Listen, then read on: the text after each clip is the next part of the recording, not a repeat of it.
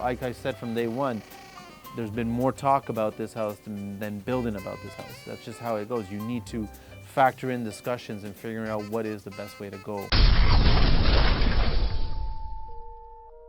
So much was happening on the outside, all at once. It was just a mad dash to get this exterior finished. Synergy and the boys, they came in. You had one crew coming in to clean up everything, grade everything, trim everything back. Then you had another crew come in here, basically started laying all the pavers, and the guys were amazing. The guys were great. We basically figured out how it was going to run the side of the house, how it was going to run down the driveway, how it was going to run the pedestrian side, how it was going to wrap around the back to get connected to the deck. Luminous ended up lighting up the rest of the house on the exterior. We had all LED, I think there was 17 LED recessed lights in the soffits, and they're all controlled by several switches around the house. So the idea is that you could, set up how your house is going to look. You got to factor in lighting-wise, not as much as where the fixture goes, as much as where the light goes. You've got to think cinematically, and so when that house at night, it's lit up, and you turn on those lights, and you turn on the carriage lights, and you get everything all set up, it just looks beautiful. It looks engaging, it looks inviting, and that was the whole objective, that was the goal. The fence was, we had to build this long fence on either side, and it was a 6-foot-high fence, but I didn't want to do a traditional fence, but what I wanted to do was I actually wanted to use the traditional material. So 1x6 fence boards, 4x4 posts, 2x4, and all pressure treated, but the new pressure treated, the brown.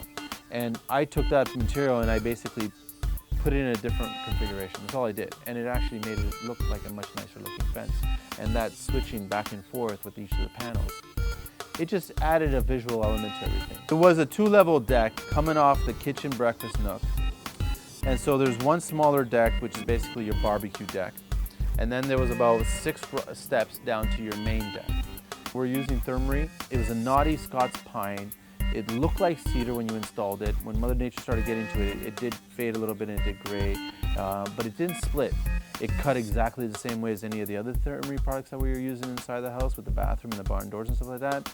But we also opted to go hidden fasteners from Simpson. So we actually did plastic biscuit joints. From there we went with clean black aluminum railings, simple, went glass in the face, went spindles on the sides, and it flows really nicely. From underneath we just skirted. We were dealing with Technopost, and they gave us the helical piles, and they were straightforward. Came in, marked them, measured them, drilled, got to our pressure, boom, 3 of them, done.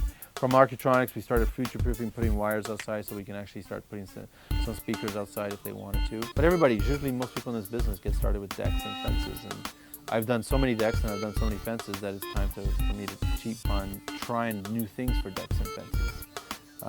And that's what I did at Rondell there. I tried something different and made it look a little different.